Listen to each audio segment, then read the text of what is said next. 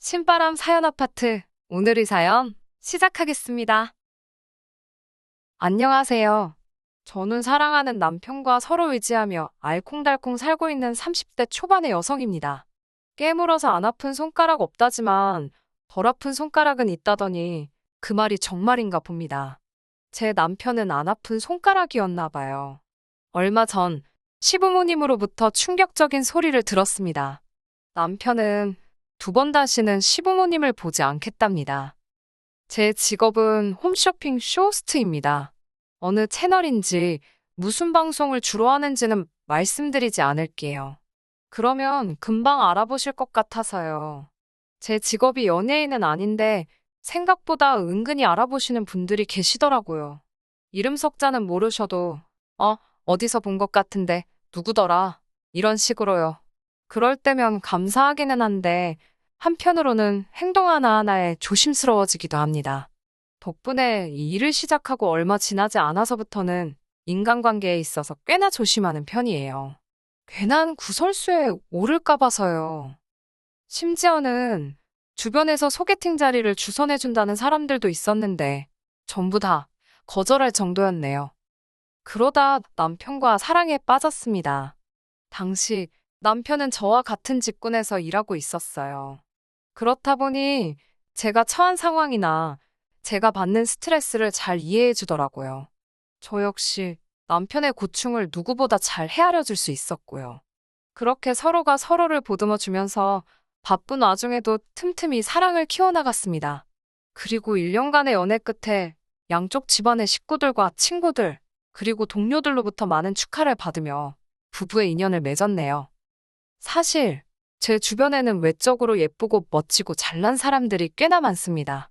그래서인지 다들 그렇게 서로의 외모와 직업, 배경 등을 중요하게 여기는 듯 했어요. 특히 결혼할 때는 그뿐만 아니라 연봉이라던가 좀 더 세부적인 조건들을 많이 보는 것 같았고요. 저도 결혼은 현실이라는 말에 공감하기 때문에 절대로 사람들의 그런 기준이 잘못됐다고 생각하지 않습니다.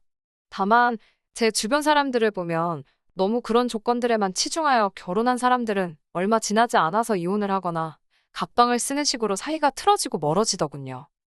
그래서 저는 결혼 전부터 그런 조건보다는 사람의 됨됨이를 봐야겠다고 생각했어요. 물론 경제력이나 외모도 중요하지만 저에게는 그런 건 주변 사람들의 중간값 정도만 되면 충분했습니다. 그런 의미에서 다정하고 섬세하고 남을 배려해주는 성품의 소유자인 남편이 제가 찾던 바로 그 사람이었어요. 하지만 결혼 생활을 해보니까 배우자의 됨됨이만으로 해결되지 않는 부분이 있더라고요. 그건 바로 배우자의 가족들이었습니다. 가끔은 콩 심은데 엉뚱한 게 나기도 한다는 걸 배웠다고 표현하면 적당할까요? 시댁 식구들을 보고 있으면 남편이 불쌍하게 보일 때가 한두 번이 아닙니다. 저희 남편은 위로 3살 많은 형과 아래로 2살 어린 남동생이 있는 삼형제 중 둘째입니다. 저는 외동으로 자라서 잘 모르지만 남편에게 들어보니 삼형제 중 둘째는 아주 서러운 위치인 것 같더라고요. 일단 남편의 형, 그러니까 아주버님은 굉장히 머리가 비상했답니다. 어렸을 때는 동네에서 천재라고 하면 다들 아주버님을 떠올릴 정도였대요. 성적도 초등학교, 중학교 때까지 전교 1등을 놓친 적이 없었고요. 하지만 과학고등학교라고 전국에서 똑똑하다는 애들이 다 모인 곳에 가니까 맥을 못 추더래요. 심지어 졸업할 무렵에는 거의 꼴등이나 다름없었다나 봐요. 대학은 그래도 기본으로 하던 게 있으니 서울에 있는 학교를 가긴 했지만 본인도 자존심이 어지간히 상했을 거고 시부모님은 그런 맏아들이 안타까워 죽으려고 하시고 남편은 당시 산업 디자인을 전공하고 싶었지만 어머님 아버님이 형님한테 속된 말로 몰빵을 한 탓에 돈이 없다 하시더래요. 결국 남편은 아르바이트와 장학금 그리고 여의치 않을 때는 휴학을 해가며 간신히 학교를 마칠 수 있었답니다. 뿐만 아니라 2살 어린 동생 그러니까 도련님은 어려서부터 운동에 소질이 있었대요. 시부모님께서는 그런 도련님을 훗날 국가대표 축구선수로 키우시겠다고 지극정성으로 공을 들이기 시작하셨고요. 그리고 개인적으로 남편에게 들은 이야기 중 이 부분이 가장 서러웠는데요. 어머님이 도련님 체력 길러주신다며 매일같이 집에서 소고기 수육을 삶으셨답니다. 소고기가 없으면 장어, 장어가 없으면 문어, 하지만 남편은 거의 먹어본 적이 없다더군요. 남편이 어린 마음에 몇 번, 왜 자기는 안 주냐고 투정을 부렸었는데, 어머님이 너가 뭘 잘한다고 이런 걸 먹냐고 그러시더래요. 어린 마음에 어머님의 그 말이 마치 날카로운 얼음 송곳이 되어 가슴을 후벼 파는 것 같았답니다. 제가 더 이 이야기를 듣고서 속상했던 이유는 실제로 보시면 아시겠지만 도련님과 남편이 키 차이가 10cm 가까이 나거든요. 남편도 작은 키는 아니지만 그때 같이 먹이셨으면 좀 좋냐고요. 제 남편만 그렇게 서럽게 컸다는 사실을 알게 됐을 땐 정말 제가 당한 일인 것 마냥 속상하더라고요. 하지만 이게 전부가 아닙니다. 앞으로 제가 들려드릴 이야기에 비하면 정말 이건 아무것도 아니에요. 결혼식을 올릴 때만 해도 솔직히 어머님께서 아들 삼형제를 똑같이 잘해주시는지, 누구는 더 예뻐하고 누구는 더 미워하는지 제가 알 턱이 없었습니다. 다 같이 모여본 적이 없거든요. 일단 아주버님의 경우, 이렇게 표현하는 게 적절한지 모르겠지만 제가 보기엔 자포자기한 사람처럼 살고 있습니다. 고등학교 때 자기보다 공부를 못하던 누구도 어디 회사에 들어갔는데 중학교 때 자기한테 수학 물어보던 누가 지금 교편을 잡았는데 매일같이 자기보다 못했던 사람들을 씹어대면서 자기 처지를 비관하고 있지요. 정작 본인은 아무 노력도 하지 않고 매일 집에서 TV만 보고 술만 마시면서 말이에요. 그런데도 부모라는 존재는 자식을 포기하지 못하나 봅니다. 시부모님께서는 그런 아주버님의 모습을 보시고도 놓지를 못하셨어요.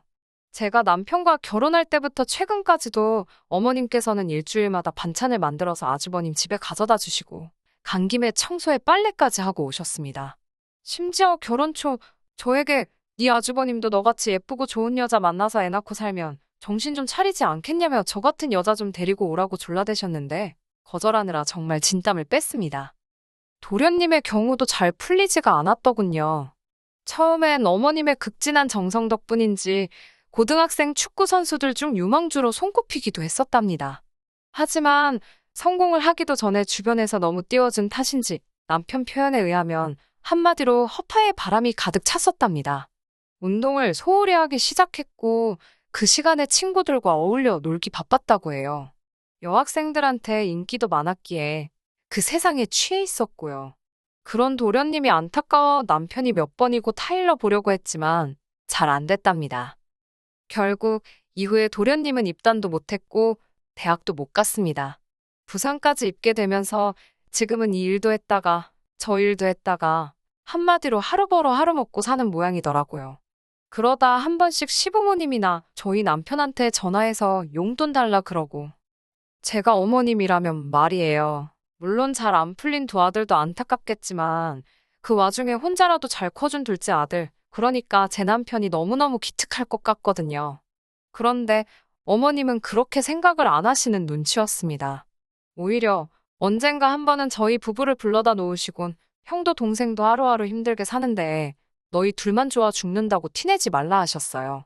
신혼부부한테 사이좋은 티를 내지 말라니 어이가 없어서 남편하고 집에 와서 한참을 웃었지 뭐예요. 비록 시부모님이 자식을 사랑하는 방식을 제가 이해할 수는 없었지만 그때만 해도 그게 저희 결혼 생활에 직접적인 영향을 끼치진 않았기 때문에 크게 신경 쓰지는 않았습니다. 하지만 어머님이 저희 부부를 대하시는 태도가 선을 넘기 시작하면서 상황이 달라졌네요. 제가 구체적인 연봉을 밝힐 수는 없지만 예를 들자면 제가 한 달에 1,000을 번다면 남편은 7, 800 정도를 벌어요.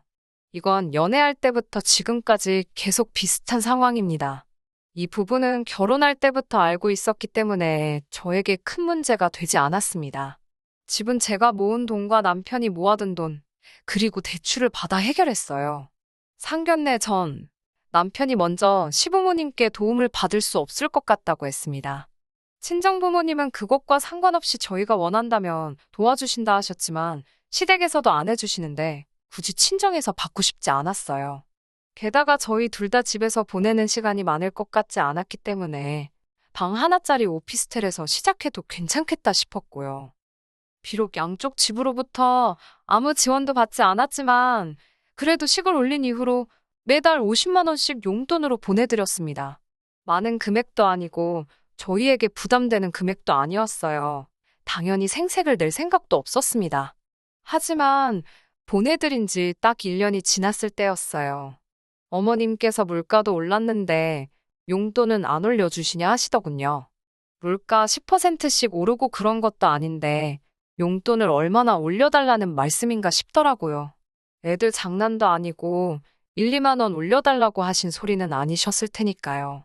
제가 얼마가 필요하시냐니까 한 달에 100은 줬으면 좋겠다고 하셨습니다.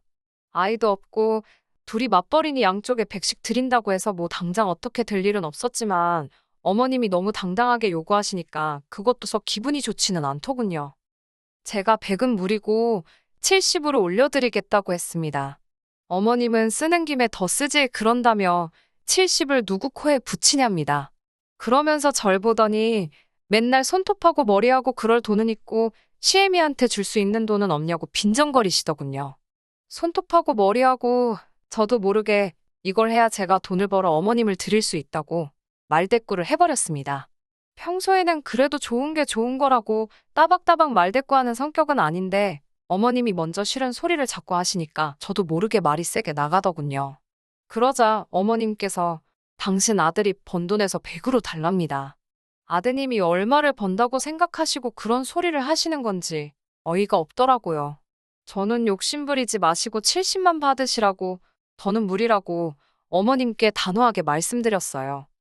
솔직히 어머님 아들 셋 중에 어머님한테 용돈 드리면서 그나마 자식굿이라는 건 저희밖에 없는데 한 번도 고맙단 소리를 안 하셨습니다. 만약에 남편이 둘째가 아니라 첫째나 셋째였다면 분명히 아버님이 어디서 낳아온 자식이라고 생각했을 거예요.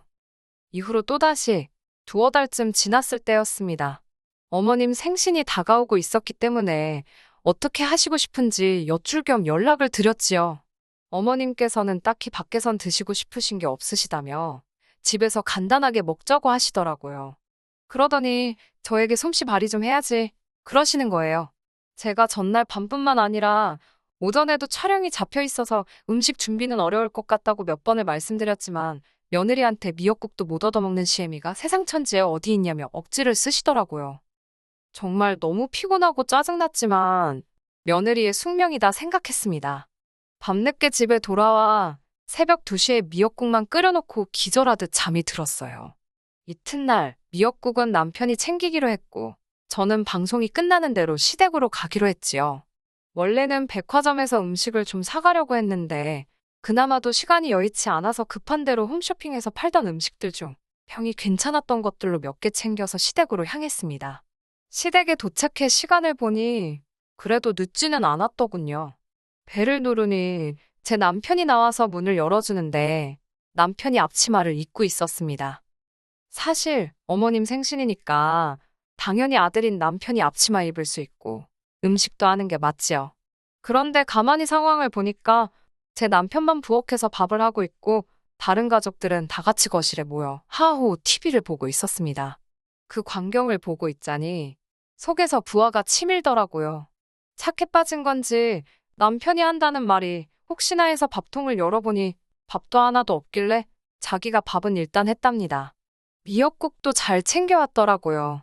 그때 거실에서 다시 아주버님과 도련님의 웃음소리가 들렸습니다.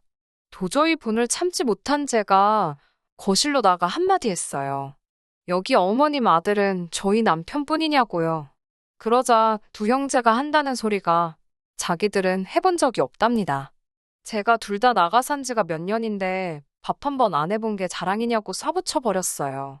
어머님이 저에게 한마디 하시려는 찰나 제가 먼저 이제 두 분한테 밥하는 거 정도는 가르치셔야 되지 않겠냐고 쏴붙였어요. 이래서 어떤 여자가 시집 오겠냐고요. 다 차려진 생일상을 보시더니 어머님께선 겨우 하신다는 소리가 정성이 없답니다. 며느리한테 이런 생일상 받는 시애미는 당신밖에 없을 거라고 밥 한 술에 한숨 한 번이었어요. 분명히 못한다고 했는데 억지로 시키시곤 있는 대로 깎아내리시니 저도 밥맛이 뚝 떨어지더라고요. 그런 와중에도 아주버님하고 도련님은 개의치 않고 밥만 잘 먹대요. 오직 제 남편만 어머님 기분을 살피느라고 그러지 말고 이것도 드셔보셔라, 저것도 드셔보셔라 권하고 있었습니다. 집에 갈 때쯤 어머님이 부엌에서 아주버님과 도련님한테 뭘 좀 챙겨주시는 것 같았습니다. 전 별 관심도 없었고 딱히 궁금하지도 않더라고요. 그때 남편이 저희 건 없냐며 어머님께 물어봤어요. 어머님이 살짝 당황하신 눈치였어요. 남편한테 제가 그냥 가자고 했는데 남편은 고집을 피우더라고요. 그러자 어머님은 티나게 못마땅한 티를 내시며 너도 가져가라며 작은 반찬통 하나를 주셨습니다. 남편이 아주버님과 도련님 걸 보더니 바뀐 거 아니냐고 물었어요. 우리는 두 식구고 저쪽은 혼자인데 어째서 저쪽 반찬통이 훨씬 크냐고요. 그러자 어머님께선 너네 입이 짧지 않냐면서 우물쭈물 말끝을 흐리셨어요. 딱 봐도 저희한테는 주시려던 생각이 없으셨던 거지요. 저는 남편을 쿡 찌르며 그만하고 가자고 했습니다. 남편 표정이 영 좋지 않았어요. 집으로 돌아와 어머님이 챙겨주신 반찬통을 열었습니다. 저도 남편도 솔직히 너무 실망하고 말았어요. 차라리 안 가져오느니만 못한 상황이었거든요. 드시던 거였어요. 하얀 콩나물이었는데 어떻게 드신 건지 한쪽에만 벌겋게 고추장 같은 게 묻어 있더라고요. 누가 봐도 이건 통째로 열어놓고 드시던 반찬통이었습니다. 저보다도 남편이 먼저 열받은 티가 확 나더라고요. 어찌나 표정이 살벌하던지 제가 다 무서울 지경이었습니다. 저도 모르게 어머님이 착각하시고 잘못 주신 것 같다고 어머님을 두둔하게 될 정도로요. 그리고 이튿날 남편은 평소보다 훨씬 이른 아침에 지난밤 시댁에서 가져온 문제의 반찬통을 가지고 집을 나섰습니다. 얼마 뒤 돌아온 남편에게 반찬은 어쨌냐니까 어머님 현관 앞에 던져놨답니다. 사진도 찍어왔는데 가관이더라고요. 제가 미쳤냐니까 안 미쳐서 이 정도였다며 다시 침대에 올라가 아무 일도 없었다는 듯이 자는 남편이었습니다. 몇 시간 뒤 어머님께서 뭐 하자는 거냐고 연락을 해오셨습니다. 이미 관리사무소에서 남편이 그런 걸 다 확인한 참이라며 왜 그런 짓을 했냐고 물으시더군요. 저는 반찬통이 드시던 거던데 왜 그런 걸 주셨냐고 단도직입적으로 물었습니다. 어머님께선 미안하다는 말은커녕 준다고 안 했는데 갑자기 달라니까 그런 걸 주셨답니다. 아무렇지도 않다는 듯 말씀하시는 어머님 반응에 저도 좀 충격을 받았습니다. 그 이후로 한 3~4달 동안 어머님께 종종 연락이 왔지만 남편도 저도 거의 받지 않았어요. 받아봤자 좋은 소리 들을 것 같지도 않았고 무엇보다 남편이 원하지 않았거든요. 그리고 얼마 전 저와 남편이 결단을 내리게 된 결정적인 사건이 있었습니다. 아버님께서 당신이 사시는 집이 전세 계약이 끝났는데 그 건으로 저희와 긴히 상의할 것이 있다며 저희를 집으로 부르셨습니다. 아무래도 어머님과 남편의 사이가 냉전 중임을 아시고는 당신이 직접 연락을 하신 것 같았기에 차마 못 간다 소리를 할 수가 없었어요. 어머님 아버님이 사시는 집은 20평대 아파트로 서울 외곽에 위치하고 있었습니다.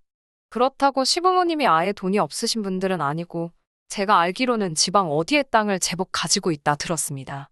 다만 그쪽에 개발 호재라던가 뭐 그럴듯한 소위 뉴스거리가 전혀 없어서 굳이 팔 이유도 살 이유도 없는 그런 땅이었어요. 그래도 어머님 아버님은 언젠가 좋은 소식이 있을 거라고 믿고 계셨지만요. 아무튼 어머님께선 평생을 지겹게 자식들 뒷바라지만 하면서 이 코딱지만한 집구석에서 살았더니 이제는 이 꼴이 나신다면서 최소한 방 4개는 있는 큰 집으로 이사를 가고 싶다고 하셨습니다. 그러면 자식들이 부부싸움이나 어떤 일로 서럽고 집에서 나오고 싶을 때 당신들 집으로 올 수 있지 않겠냐면서요. 남편은 아무 말 없이 듣고 있었고 저는 며느리로서 적당히 그럴듯하게 네, 정말요? 와, 같은 호응만 해드리고 있었어요. 물론 속으로는 부부싸움하고 자기 부모한테 가는 남자가 몇이나 있을까? 그런 생각을 하고 있었지만요. 그때 아버님께서 받으신 집을 핸드폰으로 보여주시면서 땅을 담보로 일단 대출을 받을 생각이라고 하셨습니다. 그리고 부족한 부분은 저희더러 대출을 받아달라 하시더군요. 제가 깜짝 놀라서 그걸 저희가 왜 대출을 받냐고 하니 너희도 부부싸움하게 되면 둘 중에 한 사람이 와서 쉬면 되지 않냐는 겁니다. 제가 너무 어이가 없어서 비어져 나오는 웃음을 간신히 참으며 어머님께 어떤 며느리가 부부싸움하고 시댁에 가서 쉬냐고 물었어요. 부부싸움하고 친정을 가면 갔지 시댁에 왜 가느냐고요. 그러자 어머님께선 제 남편을 바라보시며 너가 와도 되지 않냐고 하시더군요. 그러자 남편도 어머님을 쳐다보며 오면 반갑게 맞아주기는 할 거냐고 묻더군요. 그런데 남편의 말에는 날이 잔뜩 서 있어서 서늘하기까지 했습니다. 죄송하지만 이유가 어찌됐건 저희는 대출은 못 받아들인다고 확실히 선을 그었습니다. 그러자 두 분은 저희 남편을 바라보면서 자식 새끼 키워봤자 하나 소용없다십니다. 순간 아주버님하고 도련님도 대출받아서 보태는지 궁금해지더군요. 어머님께 두 사람에게도 물어보셨냐 하니까 둘은 결혼을 안 했으니 부부싸움할 일이 없는데 뭐하러 대출을 받냐고 그러시대요.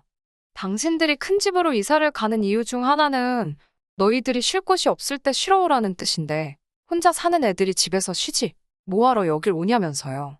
그런 애들한테 대출을 받으라는 건 말이 안 된답니다. 하지만 저희는 결혼한 부부인 만큼 사올 확률이 높고 그러면 저희 둘 중 한 명은 무조건 집에서 나오고 싶어질 텐데 그때 시댁에 오면 되니까 대출을 받으라는 말도 안 되는 어머님 아버님의 문논리였어요. 어머님은 대출 받는 게 부담스러워서 그러는 거면 당신들이 대출을 좀 더 받을 테니 매달 원금하고 이자 얼마씩 어머님 통장으로 이체를 하랍니다. 그것도 좋은 생각인 것 같다면서요. 대신 밀리면 절대로 안 된다고 신신당부를 하시더라고요. 저희는 계속해서 싫다고 안 된다고 하는데 어머님은 저희 의견을 전혀 들으시려 하지 않으셨습니다. 남편은 나지막히 늘 이딴 식이었다며 화를 내기 시작했습니다.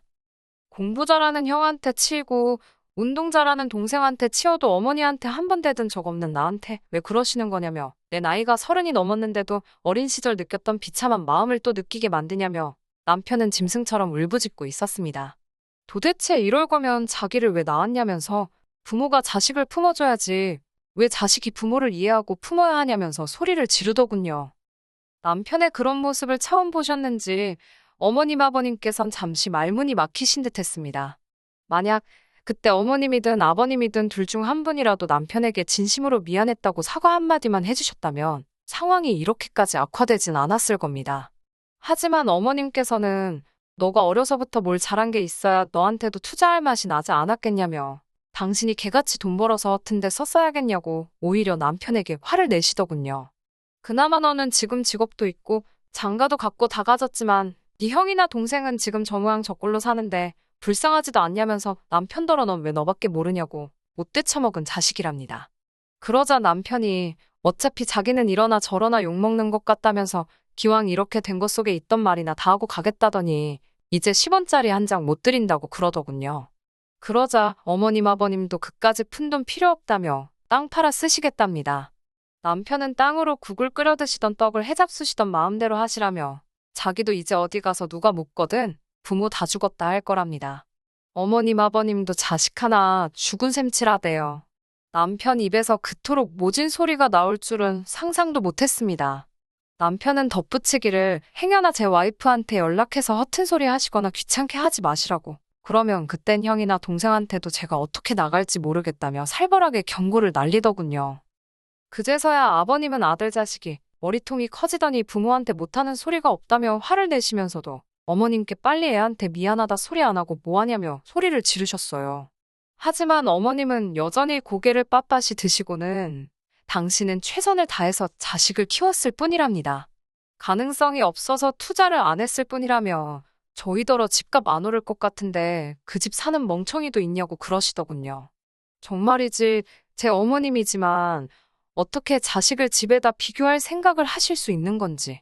남편도 차라리 잘 됐다며 멍청한 형 동생 때문에 맞이도 아니고 받은 것도 없이 자랐는데 혼자 효자 노릇 다 뒤집어 쓰는 줄 알고 걱정이 많았답니다. 그런데 이제 어머님 덕분에 마음 편하게 그런 책임감을 떨굴 수 있게 된 것 같다며 감사하다고 하대요. 그러면서 두 번 다시 연락하지 말라고 아주 못을 박았습니다. 저희 둘은 그날 이후로 지금까지 시부모님과 연락하지 않고 있습니다. 처음 며칠은 제가 그런 것도 아닌데 마음이 어찌나 불편하던지요. 그럴 때마다 남편은 그 어느 때보다 마음이 홀가분하고 편하다며 이게 다 제 덕분이랍니다. 부모한테도 못 받아본 무조건적인 지지와 사랑을 저에게서 받는다면서 매일 저를 보고 고맙다고 하네요. 부모 자식 사이는 하늘에서 내려준 인연이라 쉽게 끊을 수 없다는 말 들어보셨지요. 저도 그 말이 맞다고 생각합니다. 세월이 얼마나 걸릴지는 모르겠지만 언젠가 시부모님이 남편의 마음을 이해해 줄 날이 왔으면 좋겠습니다. 남편 가슴에 남은 응어리는 꼭 시부모님께서 풀어주셨으면 좋겠네요. 그리고 이건 궁금하실까봐 덧붙이는데 시부모님께선 땅을 내놓으셨답니다. 그런데 당신들이 알고 있던 시세보다 더 똥값으로 떨어져서 팔아도 재미는커녕 허탈감만 느끼시게 생긴 모양이에요. 그리고 저희가 드리는 용돈이 끊기면서 그동안 아주버님과 도련님한테 해다 주시던 반찬도 끊어진 것 같더라고요. 지금은 말 잘 듣는 며느리 보시겠다며 베트남 쪽 알아보고 다니신다는데 저도 두 분이 도대체 무슨 생각을 하고 사시는지 모르겠네요. 쓰잘데기 없는 관심은 치우고 남편이랑 저 단둘이 즐겁게 살겠습니다. 끝까지 들어주셔서 감사합니다. 오늘의 사연은 여기까지입니다. 구독과 좋아요, 알람 설정 부탁드리고 더 좋은 사연으로 다시 찾아뵙겠습니다. 감사합니다.